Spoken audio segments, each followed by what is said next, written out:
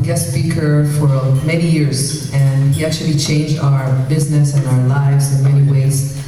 But what's relevant to you is that he actually gave us the support and the confidence to open this group. So you should thank him as well. If you like what you see here. So our guest speaker has many years of background in high tech, like many of us. He's originally from Singapore, like there was one guest here today.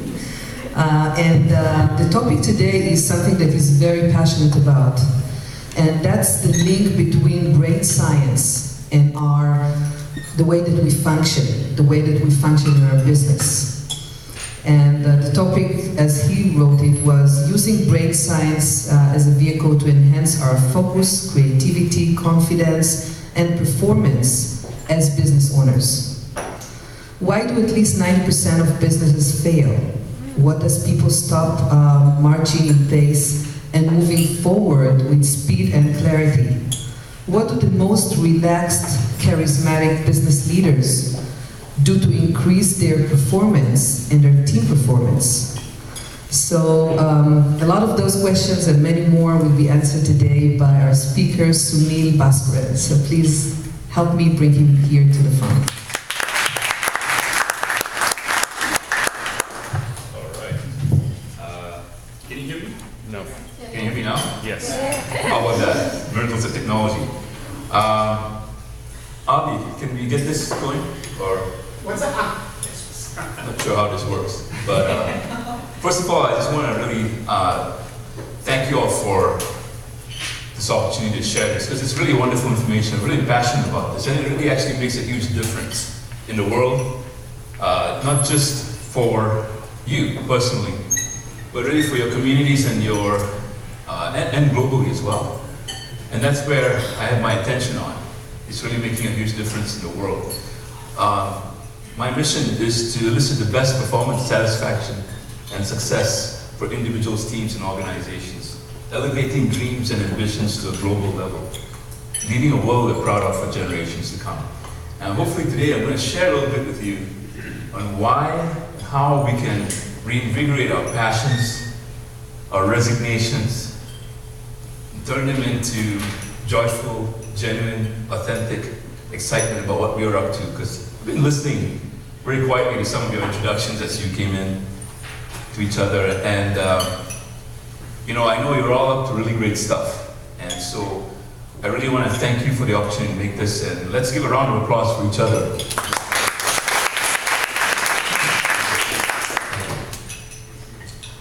So I want to share a little bit about my art, because I'm also an artist. And a lot of art has to do a lot with brain science. In fact, a lot of people don't know this, but in the 1900s in Vienna, Austria, it's where psychology and art, new form of art, modern art, and neuroscience started. And all the scientists and the artists were talking with each other because they were beginning to discover this fascinating thing, this 3-pound mass up here that we call our brain, that has 100 billion neurons, nerve cells, all dying, wanting to make connections right now. Even in the next 15 minutes, you're going to make a couple of connections, biological end-to-end connections between your brain, trying to make sense of what this crazy Indian guy is trying to tell you.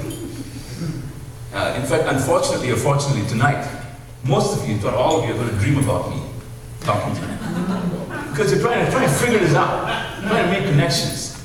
And so the art really, you know, from the days of the caveman, you know, those cave drawings were all attempts to make sense out of animals, our relationship to them, our relationship to each other. So why does all this pertain to business? And I'm going to show you how. But first I'm going to show you my art. So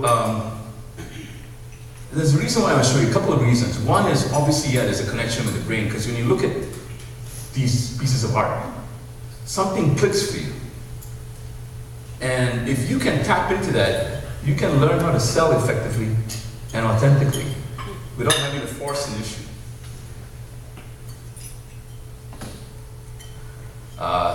So this is a little bit more about my art. I drew this after a client told me that she felt like she was in a free fall in her life, you know, that she wasn't very happy with what she was doing. Very successful, made millions of dollars, but didn't really quite feel satisfied. And so I want to share a little bit about how the brain, if you understand the brain, how the brain can really lead to more satisfaction. This is one I drew with me and my wife. We have about 15 years of marriage. Doesn't look like me or her, but I'm working on getting the faces drawn. But it certainly has nice colors, doesn't it? And this is a depiction of mindfulness, which is, by the way, in the last 20 years or so, we've really studied mindfulness. Not meditation, but really how we pay attention and how you can actually become more present, as Abhi said earlier. You know, how do we create presence and charisma without really trying? You know, most charismatic people really don't care about being charismatic. So what does it take to be mindful and go down the mindful lane instead of the lane for others? And this is actually from a memory of mine, my first life coach that I had in 1989. And she was the best listener I ever had in my life. She just listened so well. And you can almost tell from the picture, it doesn't look like her again, but it's her face and the way she's being with you. So I just wanted to share that. And you know, again, thank you for your listening. And what I want to share with you today are some secrets about the brain and why it's so important. So, you know, the brain is the beginning and the end of everything that you're doing right now. You know, what you're perceiving is being processed through the brain. What you're seeing may not be actually what's here. It's what you're imposing on the image that's shown in your retina. Brain does a remarkable amount of processing. So it kind of behooves us to kind of understand how the brain works. Because if you don't, you're at a serious disadvantage. Right? Why is this important? Well, we'll find out pretty soon. So there are a couple of points here that I want to cover. And the first is that most of our day-to-day work is done by this part of the brain right here, right up here, called the prefrontal cortex. Some scientists call it, very rudely I feel, the 10-cent computer, because it's really energy inefficient. In fact, every time you make a decision, your blood glucose level drops. Every time you switch from one task to another, your glucose level drops. It's researched by a fellow named Dr. Roy Baumeister, for those of you who want to know. So, no, it's kind of limited energy-wise, but it's also limited memory-wise. So they think, you know, your working memory up here, which is what you use most of the time, can maybe store 7 items at the most. Actually, sometimes it's only one. You try doing a lot of stuff and then trying to remember a phone number that someone gave you. It's not very easy, is it? So when you look at all of this, you tend to come to the conclusion, as I had, that your working brain is really kind of like a limited resource. It's kind of like a limited bank account. So how many of you are financial planners? I always wanted to, a couple of you. Financial people, right? So when you have a finite asset, and you want to preserve it somehow, I already gave you the answer for it, but if you have a finite bank account, what are some of the things that you got to do? We're not supposed to promote our businesses here, so that's why they're not. Okay, anybody who's a self-proclaimed financial expert. You, sir. What are some of the things you got to do? See how well I recovered from that. Way too good. Way too bad, maybe. So what are the 2 things you got to do when you have a finite bank account? Yes, sir. Reduce cost. Reduce cost, which is an attempt to really prevent yourself from losing money, right? Yeah, you don't want to lose money, right? So whatever you spend, well, yeah, you don't want to. You make sure you don't lose money. That's the first thing, right? What's the second thing? Yes, ma'am. I know nothing about money, but I think probably you want to increase return. Yeah, you want to get a return on investment, right? So anything you spend, you want to get what? Something coming back, right? Or else you get depleted. Now, why don't we do the same thing with our brains? Or with our time? we don't treat our time like an asset. And a time is where we actually use our brains. So it's really maybe not so much time, but really your brain resources. How come we don't treat our brain resources that way as an asset? Some of us, that may be the only asset we have, especially when you're starting out in business. So, what we look at is if you're spending time doing work, then you want to get some kind of return in terms of satisfaction and money back. Not everybody's into money. And at the end of the day, money can only get you so much, right? So, so one of the practices we tell people to look at is, in fact, this is a simple practice you can do. If you were to look through your calendar for the next week, or even the last week, the previous week, let's just say you looked at the previous week, and look to see how much money you made last week, and how many hours of work you put in. It may be kind of a sobering thought, but it may be a good thought to have. It may be kind of like bad news, but like Gloria Steinem said in the 70s. How many of you know who Gloria Steinem is? Gloria Steinem, feminist. She said, the truth will set you free, but first it'll piss you off. I'm all about getting to the quick piss off. Get to the truth, get to the freedom, right? The truth may be that you're spending a lot of time and energy not getting stuff done, not getting the kind of accomplishment you want. And so I'm going to give you some practices here without the computer and how we can do that. A couple of distinctions. Oh, wow, that was fast. Do that. So another distinction about the brain is this wonderful chemical called dopamine. How many of you have heard of dopamine? Wow. So dopamine is this wonderful chemical, it's a neurotransmitter, and it's a reward chemical. So when you feel like you're on the path to making something happen, you feel like that dopamine gets kicked in and it has you go in the same direction. So if you see an orange fruit, by the way, dopamine goes off. Right? You see an orange shirt, dopamine goes off. You see a Home Depot, you have this wonderful brown-orange colors, dopamine again, right? In fact, they say, alcoholics are really driven by dopamine, drug addiction. So you can even show an alcoholic a video of people drinking and their dopamine levels go up. So what does it tell you? So there's a guy called Professor Wolfram Schultz. I like saying his name because it reminds me of Hogan's Heroes. Sergeant Schultz. But he did this research and he found that when you have unrealistic expectations and you fail to meet them, your dopamine levels go down. In fact, there's a downward spiral. Now guess what happens when you create what I call simple, stupid expectations? Even simple, small ones. And you attain them.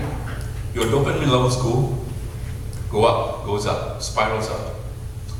Now the question I ask people is, what would you prefer? Create unrealistic expectations or work with your biology? $1 million question, right? Literally almost. So with those two in mind, you begin to get the sense again that the brain is really a finite resource. And so is this computer. Computer doesn't like you. Doesn't like me. Doesn't like my art. It's not a problem. So, so that's the dopamine and that's the prefrontal cortex. I want to give you another data point. About a couple of years ago, we did a study, a year-long study on our clients. And we measured how many to-do items they brought in the beginning of the day. And then we measured their productivity. And this is what we found.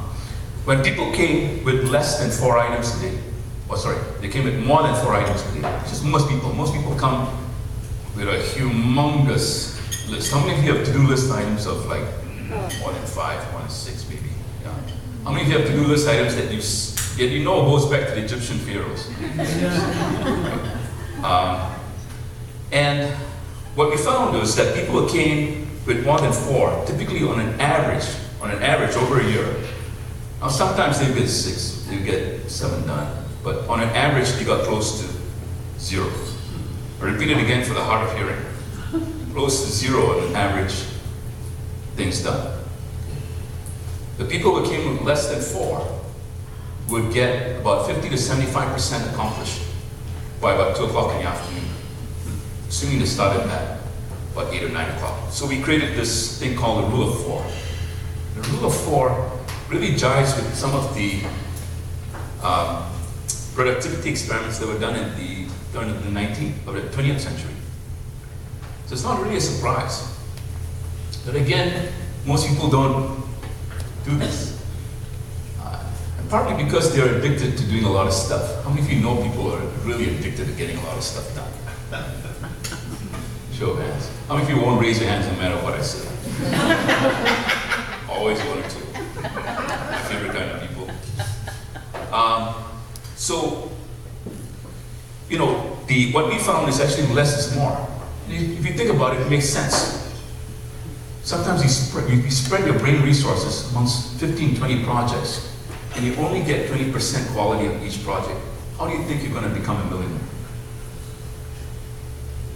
How do you think you're going to get any kind of satisfaction, deep satisfaction out of life, right? Especially if dopamine levels keep going down. So you can begin to see the problem, right? How many of you begin to see the issue there, right? Yeah. How many of you don't see the issue at all? Some people don't. I had someone tell me, well, what's the problem with that? You know, they did a study on the Germans. You know, Germans are pretty hardworking people, right? Pretty attentive, pretty focused. Well, not apparently. They did a study called the famous German beeper study. And what they did was they interrupted people, you know, with beepers. You know, they beeped them at random times in the day and asked them what they were doing. What we found was, conclusively, but it's very, very rigorous research, that most people are distracted by 4 hours in a day. I repeat it again for the hard of hearing, 4 hours a day, okay? And then I remember saying this at a speech, and one person said, well, what's the problem with that? This person never lived through the day, because you have to really point out that 4 hours is almost half your work day, right? And for some people, you know, it is an average. Remember, it's an average. It's maybe more than 4 hours. Do you have a question, sir? No, I actually have a comment. Going back to the Germans. Yeah. They're productive, but Has it got to do with Sergeant Schultz? you know, 5 o'clock, everything is shut down. 6 o'clock, they're all in the locales drinking beer. They love beer, yeah. They do, but they work pretty hard. They're pretty focused people, The yeah. beer industry is making money there. Yeah. And you see, notice, I mentioned beer, I mentioned Germans, and people immediately thought of dopamine, well, beer. It's the dopamine thing, right? Oh, man. So you can see the challenge, right? And thank you for the comment, it's really great. But you know, we get distracted a lot, almost all the time. You can't help it, right? But if you start training yourself, why is that so funny? You start training the computer. But if you start training yourself, then you actually have a fighting chance to make something happen, right? How many of you deal with procrastination? How many of you won't raise your hands because you're still thinking about it? I understand. So, that's okay, don't worry about it. So, you know, you're probably going to continue procrastinating for the rest of your life. That's the bad news. I mean, you're just not going to change because you can't predict who you're going to be in the future. But here's the thing, you can reduce it with practice. Because there's one thing the brain really does really well, which is it makes connections. It figures out stuff. Most of you are over 25 probably. Some of you are in their 50s, some of you look like you're 25 still. But you know, you've amassed a lot of connections in your brain. You've made a lot of connections. I've been around for 51 years now. There's a lot of stuff that's been connected here. And you can still make those connections and still make changes if you choose to. So the brain only responds to action. It only makes connections when you make action. It doesn't make connections when you talk about stuff. It doesn't make connections when you listen to the Dalai Lama 15 times. You have to actually do actions. That's the only way it really does make connections. So